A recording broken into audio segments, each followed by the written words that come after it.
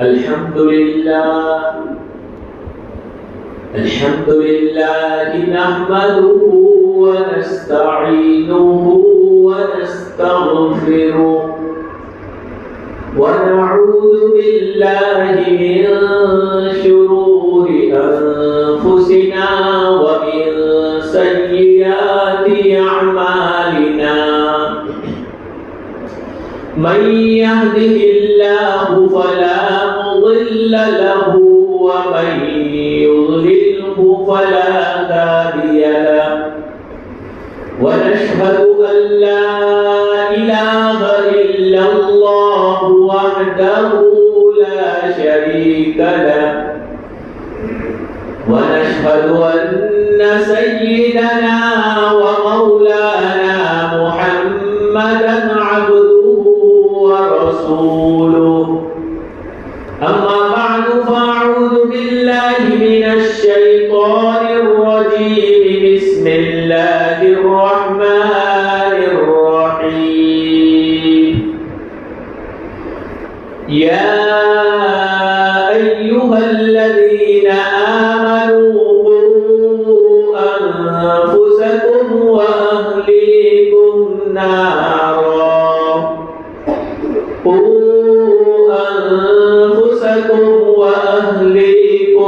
نارا وقودها الناس والحجارة عليها ملائكة غلاظ شداد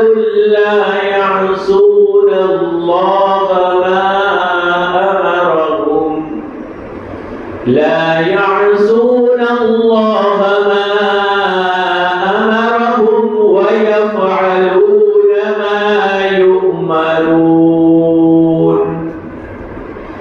وقال النبي صلى الله تعالى عليه وسلم كلكم راع وكلكم مسؤول عن رعيته أو كما قال عليه الصلاة والسلام. درود شریف پڑھیں. اللهم صل على سيدنا.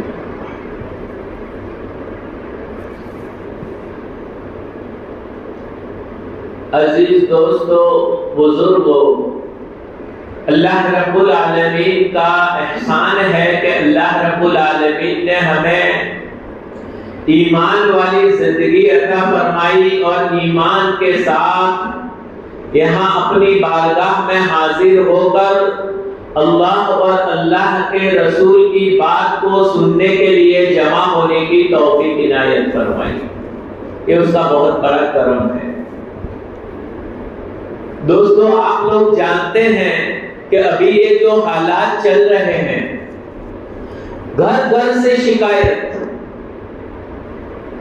مفتی صاحب، بچہ کہنا نہیں مانتا، بچہ والدین کا نافرمان ہو گیا ہے، میرا بیٹا الٹے راستے پر لگ گیا ہے، میرا بیٹا غلط کاموں میں لگ گیا ہے، میرا بیٹے کو میں بہت سمجھاتا ہوں یا سمجھاتی ہوں لیکن وہ بات نہیں مانتا.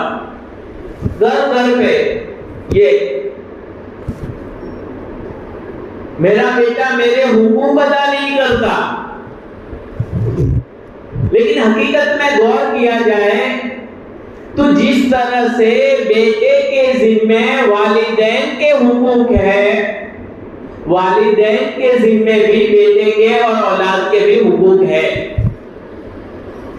ہم اپنے حق کا تو مطالبہ کرتے ہیں. آج کل آپ نے بہت سنا ہوگا والدین کے حقوق، بیوی کے حقوق، شوہر کے حقوق، سارے حقوق بیان کیے جا رہے ہیں.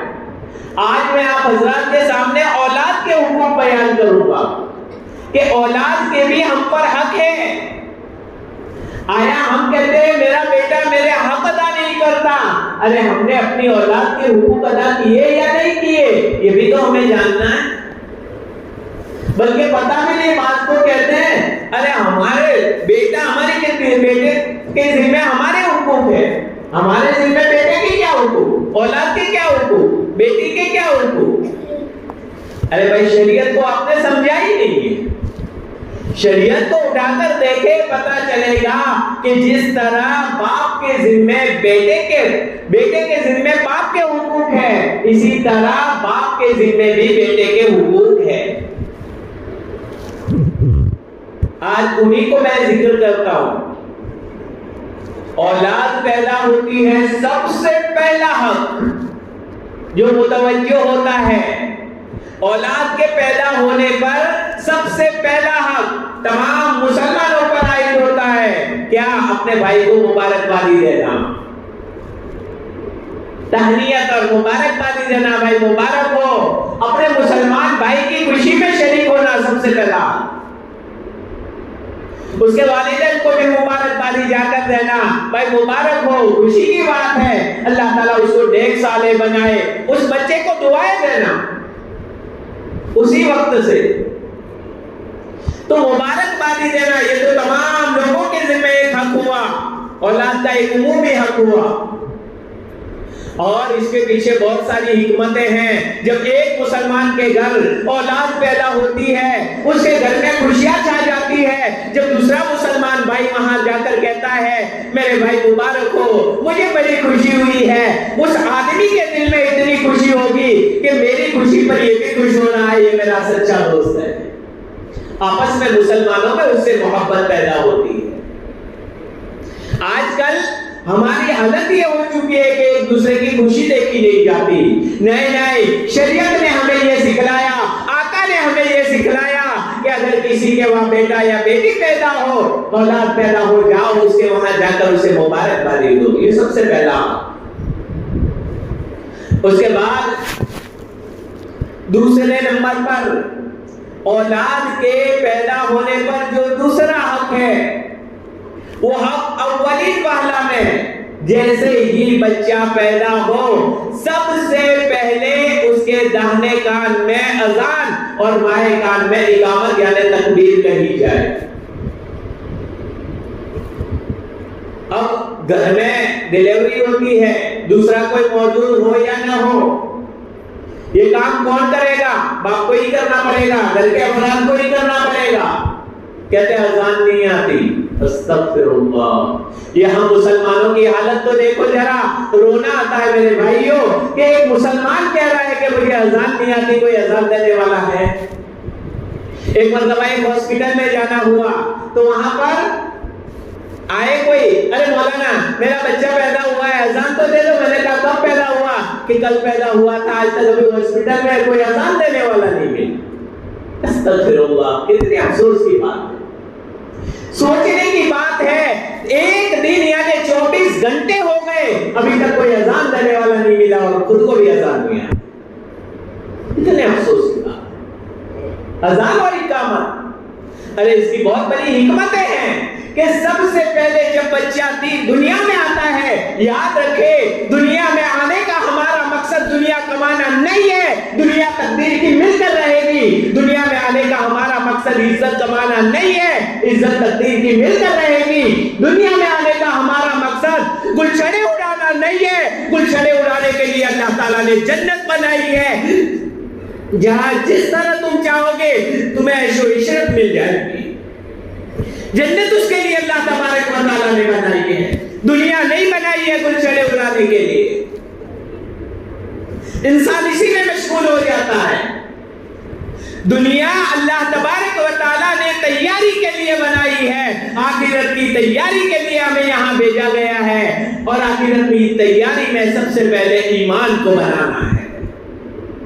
ہمارا خود کا بھی ایمان صحیح سالم ہو، اپنی اولاد کا بھی ایمان صحیح سالم ہو، اپنے گھر میں بھی ایمان صحیح سالم ہو، تمام سچے پکے مومن بن جائے۔ جب اذان یاد نہیں ہے، جب دین یاد نہیں ہے، اسلام کس کو کہتے ہیں وہ معلوم نہیں ہے، کس طرح کے ہم مسلمان ہیں۔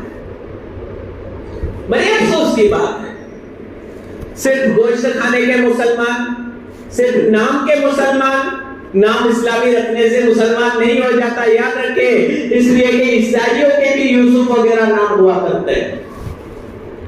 صرف گوشت کھانے سے کوئی مسلمان نہیں ہوتا، اس لیے کہ غیر مسلموں میں بھی گوشت کھایا جاتا ہے۔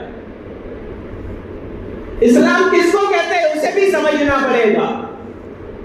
اللہ تعالیٰ کے ساتھ ہمارے کیا عقائد ہونے چاہیے، نبی کے ساتھ کیا عقائد ہونے چاہیے، دین ہمیں کس طرح آقا نے سمجھایا، اس طرح ہماری زندگی میں ہے کہ نہیں، ہماری سوچ اسلامی ہے یا نہیں۔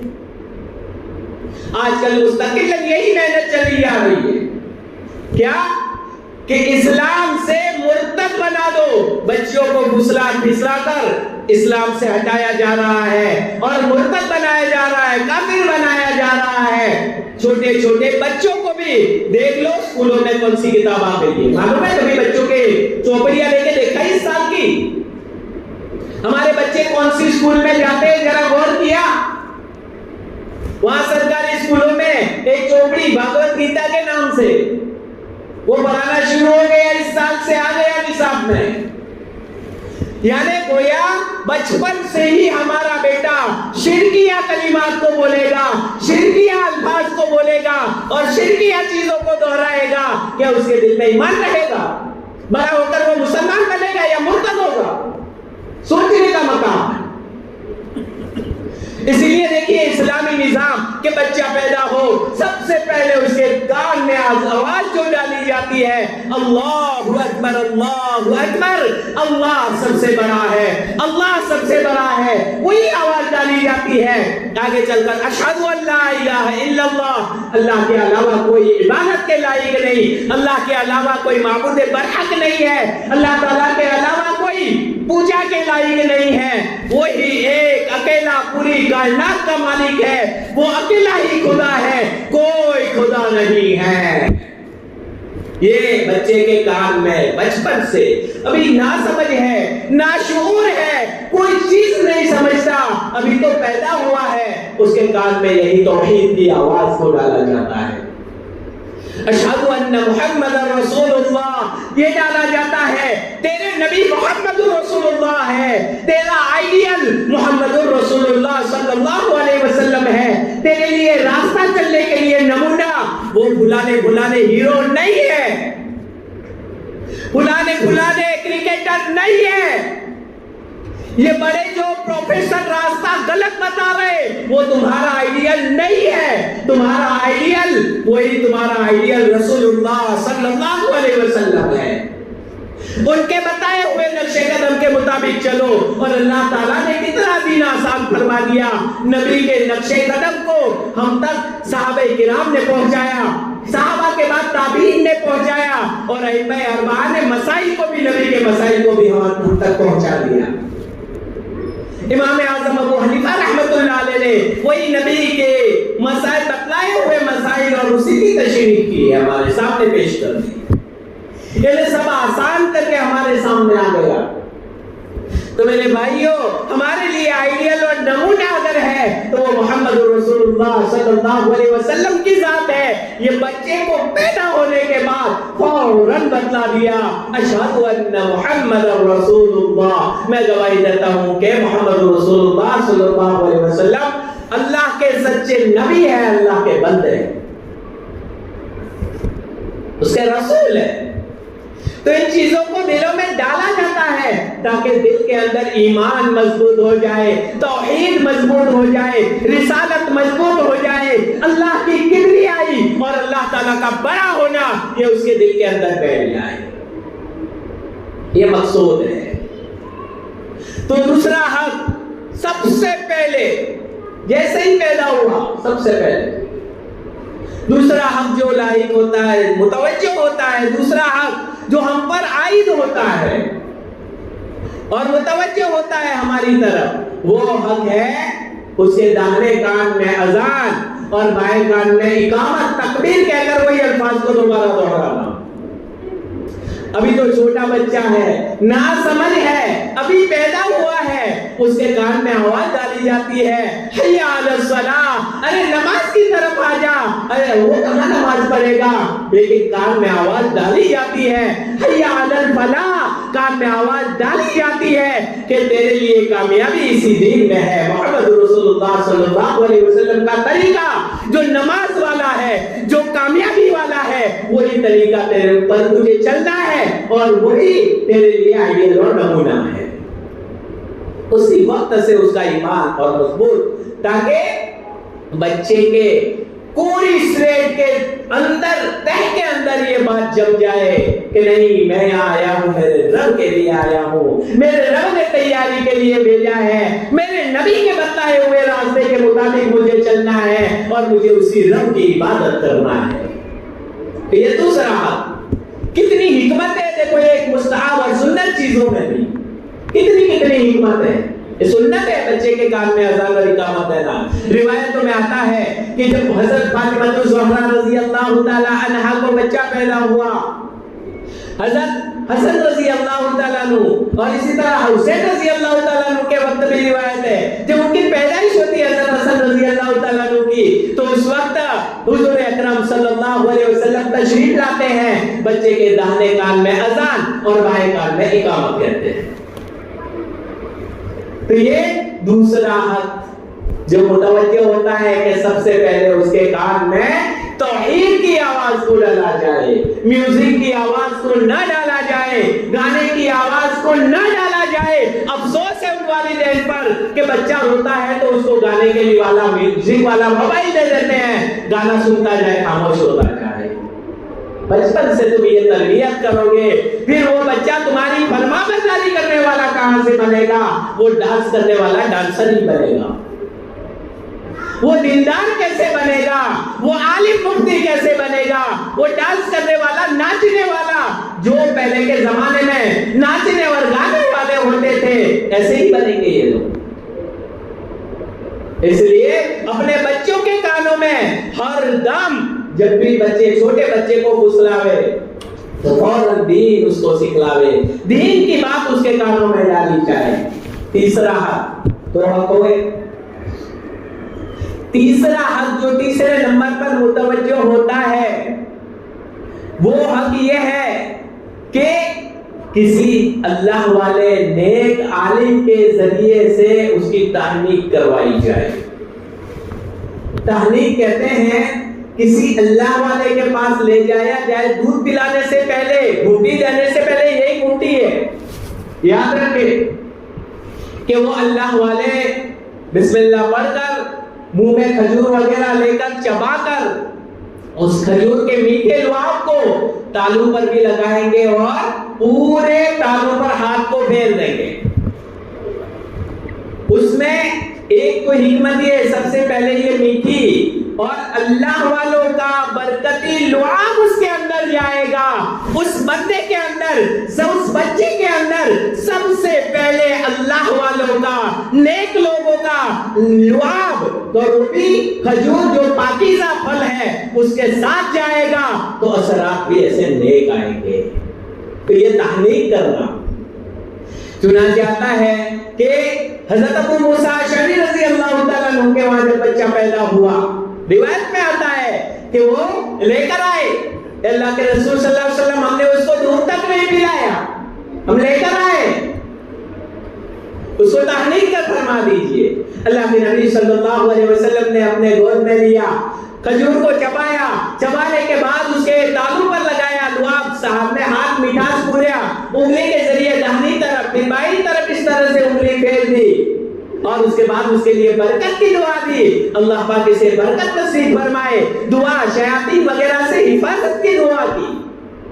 کہتے نظر لگ گئی، بیمار ہو گیا، یہ ہو گیا، یہ تعویذ وہ تعویذ، ارے اس سے پہلے یہ سنت طریقہ تو اپنا لو، نبی کریم صلی اللہ علیہ وسلم کا طریقہ تو اپنا لو۔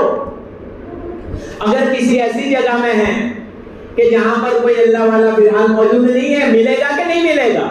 تو کوئی اللہ والا مل جائے تو اس کے پاس کھجور وغیرہ لے کے منہ میں دعا والی کروا کے لے کے رکھ لو، پھر اسی کو چبا کر اسی کے ذریعے تحنیک کر دو تاکہ وہ اللہ والے کا اثر واقعی رہے، یہ بھی کر سکتے ہیں۔ خیر، تو یہ تیسرا حق ہے تحنیک کروانا۔ چوتھا حق، جب بچے کو 7واں دن آ جائے تو 7 دنوں کے اندر اندر اچھا نام رکھنا۔ تو یہ دیکھیے، اچھا نام رکھنا شروع میں بھی رکھ سکتے ہیں، تحنیک کے دن بھی رکھ سکتے ہیں اور 7ویں دن بھی رکھ سکتے ہیں جس دن عقیقہ کیا جاتا ہے۔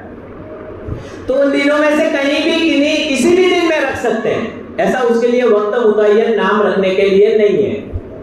اور نام رکھنے کے لیے کوئی عدد بدد نکالنے کی ضرورت بھی نہیں ہے. یاد رکھے نام نکالنے کا طریقہ یہ ہے کہ انبیاء کرام علیہ السلام کے جو نام ہے ایسے نام رکھو تاکہ نبیوں والی اثر ان کے اندر پیدا ہو. صحابہ کرام کے جو نام ہے وہ نام رکھو تاکہ ان ناموں والے اثرات پیدا ہو. اللہ کے جو نام ہے اس کے ساتھ عبد یعنی اللہ کا بندہ، رحمان کا بندہ، عبداللہ، عبد الرحمن، عبد الصمد، یہ اللہ کے نام کے ساتھ عبد لگا کر یعنی اس کا بندہ تاکہ وہ اثرات آئے اندر.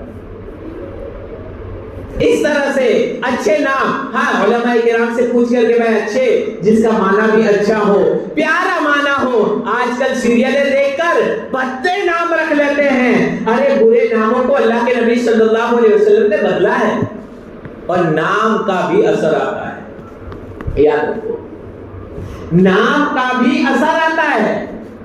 ایک شیعہ تھا، اس نے شرارت کی. شیعہ حضرات حضور اکرم صلی اللہ علیہ وسلم کے بعد خلفائے راشدین میں سے سب سے پہلے خلیفہ حضرت ابو بکر صدیق رضی اللہ تعالیٰ عنہ، حضرت عمر فاروق رضی اللہ تعالیٰ عنہ، ان دونوں کی بہت زیادہ توہین کرتے ہیں. لہذا یہ شیعہ نے اس کے پاس دو گدھے تھے، گدھوں کا نام نعوذ باللہ ابو بکر و عمر رکھا علیہ باللہ توہین کرنے کے لیے. ایک مرتبہ ایک بزرگ کے سامنے یہ بات پیش آئی کہ ان دونوں گدھوں میں سے ایک گدھے نے لاتے مار مار کے اس کو مار ڈالا. تو بزرگ نے کہا کہ جاؤ جس گدھے کا نام عمر رکھا ہوگا نا انہی میں یہ جرات اور جوش پیدا ہوا ہوگا، اسی نام کے اثر کی وجہ سے اس گدھے نے بھی اس کو مار ڈالا. تو یہ نام کا اثر ہوتا ہے. جیسا نام آئے گا اس طرح کا اندر اثر آئے گا. ہیرو ہیروئن پر جاؤ گے اور یہ کرکٹر پر جاؤ گے تو ایسا ہی اثر آئے گا. پھر اس کے اندر فرما برداری کا جذبہ کیسے پیدا ہوگا، والدین کی خدمت کا جذبہ کیسے پیدا ہوگا، بڑھاپے میں والدین کو اپنی آنکھوں پر اور اپنے پلکوں پر بٹھانے کا جذبہ کیسے پیدا ہوگا. اس لیے کہ تم نے نام تو غلط رکھا ہے جس کی وجہ سے برے اثرات اس کے اندر آئے. تو یہ تیسرا حق، اچھا نام رکھنا. دیکھیے ایک ایک حق کو میں بیان کرتا جاتا ہوں، اس کی حکمتیں بھی بیان کرتا جاتا ہوں، وہ بھی بہت اختصار کے ساتھ کیونکہ وقت کم ہے ہمارے پاس. چوتھا حق یہ ہے کہ جب 7واں دن آوے تو اس وقت 2 حق ہے. چوتھا اور 5واں دونوں ساتھ میں ذکر کر رہا ہوں. ایک تو 7ویں دن بچے کا عقیقہ کرنا. لڑکا ہے تو 2 بکروں کے ذریعے سے اور لڑکی ہے تو 1 بکرے کے ذریعے سے اس کا عقیقہ کرنا، گوشت ذبح کر کے قربانی کی طرح جس طرح تقسیم کرتے ہیں، گھر پہ بھی کھاتے ہیں تو اس طرح سے کھا. تو یہ عقیقہ کرنا یہ بھی سنت ہے، یہ بھی ایک اولاد کا حق ہے جس کی وجہ سے اولاد کی حفاظت ہو جاتی ہے. بچوں کے جو خاص خاص امراض ہے ان بیماریوں سے بھی بچے کی حفاظت ہو جاتی ہے عقیقہ کرنے کی وجہ سے. دواخانوں میں پیسے بھرنے کے مقابلے میں اس کا عقیقہ کر لینا اچھا. بلکہ یہاں تک علماء کرام نے گنجائش دی کہ اگر کوئی آدمی اتنی زیادہ حیثیت نہیں ہے، 1 بکرے کی حیثیت ہے اور لڑکا پیدا ہوا ہے تو لڑکے کا 1 بکرا بھی کم از کم کر دے گا تو بھی عقیقہ ادا ہو جائے گا. بہتر تو یہ ہے کہ 2 بکرے کرے، لڑکی کا 1 بکرا. لیکن اگر اتنی حیثیت نہیں ہے تو کم از کم 1 بکرا بھی کرے گا لڑکے کا تو اس سے بھی ادا ہو جائے. اگر اللہ تعالیٰ نے مال دیا ہے تو 2 بکرے کرے. اگر مالی اعتبار سے بہت کمزور ہے تو کوئی بات نہیں، پھر اس کے اوپر عقیقہ کرنا سنت موقع نہیں ہے، کوئی گناہ نہیں ہوگا. تو یہ چوتھا حق. اور 5واں حق ہر ایک کی تفصیل ہے لیکن وہ تفصیل میں نہیں جا رہا ہوں. 5واں حق یہ ہے کہ اس بچے کے 7ویں دن بال منڈے جائے، حلق کیا جائے اور حلق کرنے کے بعد جتنے بال نکلتے ہیں ان بالوں کے وزن کے برابر چاندی کسی غریب محتاج کو صدقہ کی جائے۔ علماء کرام نے لکھا ہے کہ اس عمل کے اندر سائنسی اعتبار سے بھی فوائد ہے۔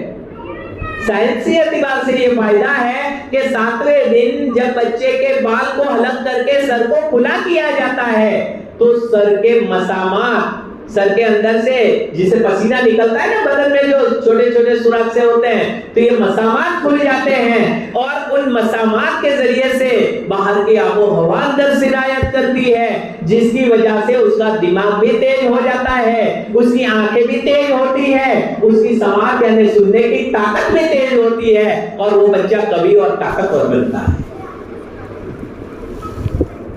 اور سنت تو ہے، اور ساتھ میں یہ اتنا چاندی، اب کتنا بالوں کا وزن کتنا ہوگا، کچھ گرام ہوگا، 1-2 گرام، اتنا چاندی بھی صدقہ کریں گے اس وقت خوشی کے موقع پر تو گھر کے اندر ایک صدقہ کرنے کا ماحول پیدا ہوگا، اور اس بچے کی طرف سے ابھی سے صدقہ کیا جائے گا کہ بھئی یہ بچے کے بالوں کے برابر ہم صدقہ کرتے ہیں، بچے سے بیماریاں، مصیبتیں، بلائیں سب ٹل جائیں۔ کتنی اچھی حکمت ہے۔ اب ہمیں خود کو سوچنا ہے، ہم کہتے ہیں ہمارا بچہ ہمارے حقوق ادا نہیں کرتا، ہم نے یہ حقوق ادا کیے یا نہیں کیے، ہر والدین کو سوچنا ہے۔ اور جو والدین بننے والے ہیں ابھی تو ان کو طے کر لینا ہے کہ نہیں، ہمیں اپنے بچے کے پیدا ہوتے ہی حقوق ادا کرنے ہیں شریعت کے مطابق، تو یہ سب فائدہ ہوگا۔ اس کے بعد چھٹا حق، جیسے ہی بچہ تھوڑا بہت بولنا سیکھے تو فوراً اس کو اللہ سکھایا جائے، اللہ کی تلقین کی جائے کہ وہی پیدا کرنے والا ہے، وہی تمہارا مالک ہے، وہی مولا قدرت والا ہے، کسی سے کچھ نہیں ہوتا، جو وہ چاہے وہی ہوتا ہے۔ ختم کر دیا جائے گا یہ قاعدہ، اس طرح پابندی، اس طرح چناؤ میں انڈیا میں اس طرح ہو جائے گا، کچھ بھی نہیں ہوا، جو رب نے چاہا وہی ہوا، جو رب چاہتا ہے وہی ہوتا ہے۔ تو ہم اس بچے کو بھی اللہ اللہ یہ بولنا سکھائے، سب سے پہلے اس کی زبان پر پاپا ممی وغیرہ نہیں، وہ سب بات میں، سب سے پہلے اس کو اللہ بولنا سکھائے، اسی مولا کو یاد کرنے والا، اس مولا کو بھی جوش آ جانا چاہیے، ارے چھوٹا سا بچہ ہے مجھے یاد کر رہا ہے، میں اس کے گھر میں کوئی پریشانی باقی نہ رکھوں۔ رب کو جب یاد کرے گا، چھوٹا بچہ اپنی معصوم زبان سے یاد کرے گا اللہ اللہ، یاد رکھو رب کو کتنا پیار آئے گا۔ ارے چھوٹا بچہ جو ہوتا ہے نا، چھوٹا بچہ جب آتا ہے کبھی ابا ابا کالی کالی زبان میں بولتا ہے 1 روپیہ دے دو، کبھی ہمارے پاس یا چاکلیٹ کھلا دو، ہمارے پاس جیسے جیبیں نہیں ہوتے تو کہتے ہیں بیٹا بعد میں، وہ روتا ہے نہیں ابا ابا دے دیجئے ابا دے دیجئے، ہم کو کتنا اچھا لگتا ہے، گلے لگا لیتے ہیں نہیں میرا بیٹا نہیں۔ اب یہ چھوٹا سا بچہ ماں کہہ رہا ہے اللہ اللہ اللہ، وہ اللہ سکھانے والے والدین سے وہ رب کتنا خوش ہوگا، یاد رکھیں، سوچیں۔ لیکن افسوس سر افسوس افسوس کے ساتھ کہنا پڑتا ہے، بلکہ رونا آ جاتا ہے کہ ہمارا بچہ جب بولنا سیکھتا ہے اسے گالیاں سکھائی دی جاتی ہے، اور جب وہ گالی بولتا ہے تو والدین ہنستے اور کہتے ہیں ہمارا بچہ کتنا پیارا بول رہا ہے۔ یاد رکھ یہی گالی وہ جب تو بوڑھا ہو جائے گا تجھے دے گا، اور اس وقت یہ شکایت مت کرنا کہ میرا بچہ مجھے گالی کیوں دے رہا ہے۔ ہم نے اپنے گھر کے ماحول کو ہی ایسا بنا دیا، شوہر بیوی کو بلاتا ہے گالی سے بات کرتا ہے، بیوی شوہر کو بلاتی ہے گالی سے بات کرتی ہے، گھر میں گالیاں چل رہی ہے، بھائیوں میں گالیاں چل رہی ہے، پورا معاشرہ اور ماحول گالیوں کا بنا دیا ہے۔ وہ بچہ پھر کلمہ کہاں سے سیکھے گا؟ اس کے دل میں گالیوں کا ہی اثر آئے گا۔ اور یاد رکھے شریعت نے اسی لیے اس کا پابند بنایا ہے کہ فوراً اثر قبول ہوتا ہے۔ بچہ جو ہوتا ہے نا چھوٹا، پوری سلیٹ ہوتا ہے، اس کا دماغ بالکل کوہرا ہوتا ہے، اس میں جو لکھا جائے وہ نقش ہو جاتا ہے، اسی لیے باوضو ہو کر اگر والدہ دودھ پلاتی ہے، ذکر کرتے ہوئے دودھ پلاتی ہے، تو وہ ذکر کا اثر ان بچے کے اندر پیدا ہو جاتا ہے۔ اس لیے خاص طور پر ہمیں اپنے بچوں کی فکر کرنی ہے۔ بچوں کے تو یہ ایک حق کہ اس کو اللہ سکھلایا جائے، اور وہی اور جب اور زیادہ بولنا سیکھے، الا اللہ سکھلایا جائے، خالص وہ اللہ، الا اللہ، لا الہ مت سکھائے ابھی، کیونکہ لا الہ کا مطلب ہوتا ہے کہ کوئی خدا نہیں، وہ بعد میں سکھائیں گے، پہلے سکھائیں گے الا اللہ، یعنی ایک ہی اللہ ہے۔ اب اس کے ساتھ جب یہ بولنا سیکھ جائے، اب اس کو سکھائیں گے بیٹا اس کے ساتھ جوڑ دو لا الہ الا اللہ، یہ طریقہ ہے۔ دیکھو بچپن میں بھی یہ جب موت کا وقت آئے تو پاس میں کھڑے رہ کر کلمے کی تلقین، گویا بچپن پیدا ہوتے بھی ایمان، موت کے وقت بھی ایمان، ہر وقت ایمان کی فکر یہ کروا کر شریعت نے بتلایا کہ تمہارے لیے ایمان کتنا ضروری ہے اور اپنی اولاد کی تربیت کرنا کتنا ضروری ہے۔ مفتی شفیع صاحب رحمت اللہ علیہ نے معارف القرآن میں لکھا ہے، روح المعانی کے حوالے سے لکھا ہے کہ بعض بزرگوں نے لکھا ہے کہ قیامت کے دن سب سے زیادہ عذاب، قیامت کے دن یاد رکھنا میرے بھائیوں، قیامت کے دن سب سے زیادہ عذاب ان لوگوں کو ہوگا جنہوں نے اپنے والد اپنی اولاد کو دین نہیں سکھایا ہوگا۔ چاہے تم نے اس کو ڈاکٹر بنا دیا، چاہے انجینئر بنا دیا، چاہے بڑے سے بڑا آدمی دنیا کے اعتبار سے بنا دیا، لیکن اگر دین نہیں سکھلایا تو تم قیامت کے دن سب سے زیادہ عذاب کے مستحق ہو جاؤ۔ اس لیے میرے بھائیوں ابھی کوئی اور حکم بھی باقی ہے لیکن وقت ساتھ نہیں دے رہا ہے، اس لیے میں اپنی بات کو مختصر کرتے ہوئے بتلاتا ہوں کہ ہمیں جاگنے کی ضرورت ہے۔ کل یہ نہ ہو کہ ہمارے یہ چھوٹے چھوٹے معصوم بچے کل کفر کے اندر چلے جائے، ایمان کو چھوڑ دے، ایمان سے ہٹ جائے، ایسا ہو جائے اور ہم دیکھتے دیکھتے رو رہے ہو میرا بیٹا مرتد ہو گیا، میرا بیٹا ایمان سے چلا گیا۔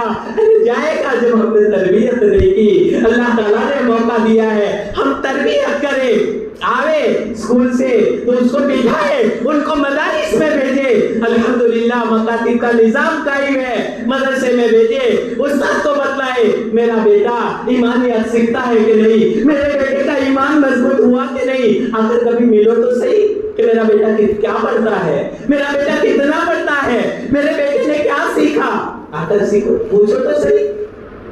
مکاتب میں آئے گا، یہاں پر آئے گا تو اس کو پتا چلے گا بیٹا یہ جو شرکیہ پڑھایا جا رہا ہے وہ غلط ہے، وہ اسکول کے طور پر پڑھ لیا بس، باقی حقیقت نہیں ہے، ہمارا اسلامی نظریہ یہ ہے، اسلامی عقیدہ یہ ہے، وہ استاد بتلائیں گے، علماء کرام بتلائیں گے، جب مدرسے میں بھیجیں گے بچے کی کا خیال رکھیں گے، تربیت کریں گے تو پتا چلے گا۔